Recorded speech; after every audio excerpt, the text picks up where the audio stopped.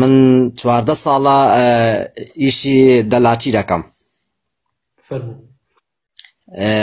جا مشتریشتی وا دێن دەم چاویان هەردەگرن، برۆیان هەردەگرن، سەریان ڕۆژ دەکەنەوە. ئەو کارانە حرامە، حرام نییە. قوربانگیان برۆ هەڵگرتن حرامە یان نا؟ بەڵێ. ئەیتر کە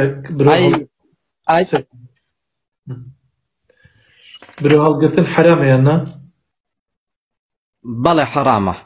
ئەی ئەگەر ئیش لە برۆ هەڵگرتنا بکەی ئەویش حرامە؟ بەڕای من بەڵێ، ئەویش بەڕای من حرامە. ڕەحمەتی خوا لێبێ کەواتە خۆت جوابی خۆت وەرگر قوربانگیان. ئەی سەرڕەشکردنەوە و دەم چاو هەڵگرتن هەمووی حرامە قوربانگیان. هەمووی حرامە. طبعاً چاوەکە. جاوەڵا مامۆستا جان ئەگەر بۆی بێ مشتری بنێن هیچی ناتەکەنت. وانە منە ڕۆ بێ واز لە ئیشەکە بێنیت. ئەی بۆ ئەی کاکە گیانەوە تا منە ڕۆم بۆ لای حەلاق و سەر شم چاکەم و نەدەم و چاو هەڵەگرم و نە برۆ هەڵەگرم و نە سەر و ڕیژ ڕەشەکەم و نە حەفرەکەم و نە برۆکەم نە شەقەکەمە برۆمەوە هیچ ئەلەو مامۆستا جان قوربانیان. مامۆستا جان ئەوە دەگمەنە مشتریەوە کەم کەمە ئەگەر بەس سەریان چاکەن و خێت و شتیوان نەکەن و یان سەریان ڕۆژ نەکەنەوە دەگمەنە کەم کەمەوە مشتری وا هەیە. یعنی تۆ پێت وایە ئەم 6 ملیۆنە کووردا هەر هەمووی خەریکی برۆ هەڵگرتنە، ئەم هەموو زەلامە خەریکی سەرڕەشکردنە کورەوانی قوربانگیان. ئەزانی چۆنە هەر کەسێ بە دوای ڕزقی حەڵاڵا بگەڕێ خوا ڕزقی دەدات. یعنی تۆ پێت وایە ئەم موجتەمەعە هەر هەمووی خەریکی برۆ هەڵگرتن و دەم و چاوتاشینە؟ وانە قوربانگیان. نا بەس ئەوە فی ئەی بەس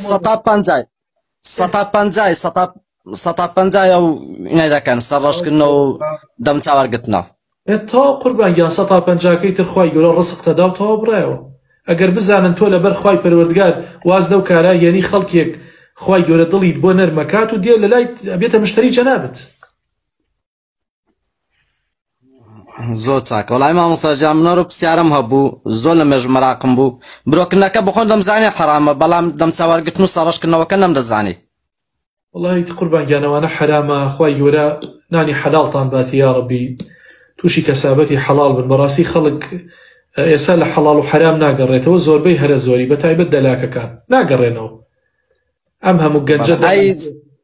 هەموو گەنجە دافرەت برۆ هەڵەگریە و برۆ شەقەکە و دەم و چاوی مەساجەکە و ئەی هێنێ و ئەی با و لووسێکە و سافیەکە و پشتە ملی هەڵەپاچیە و شەقەکاتە سەریەوە و ئیتر کاکە ئەنواع فلیمات بەسەر خۆیان هێنێت.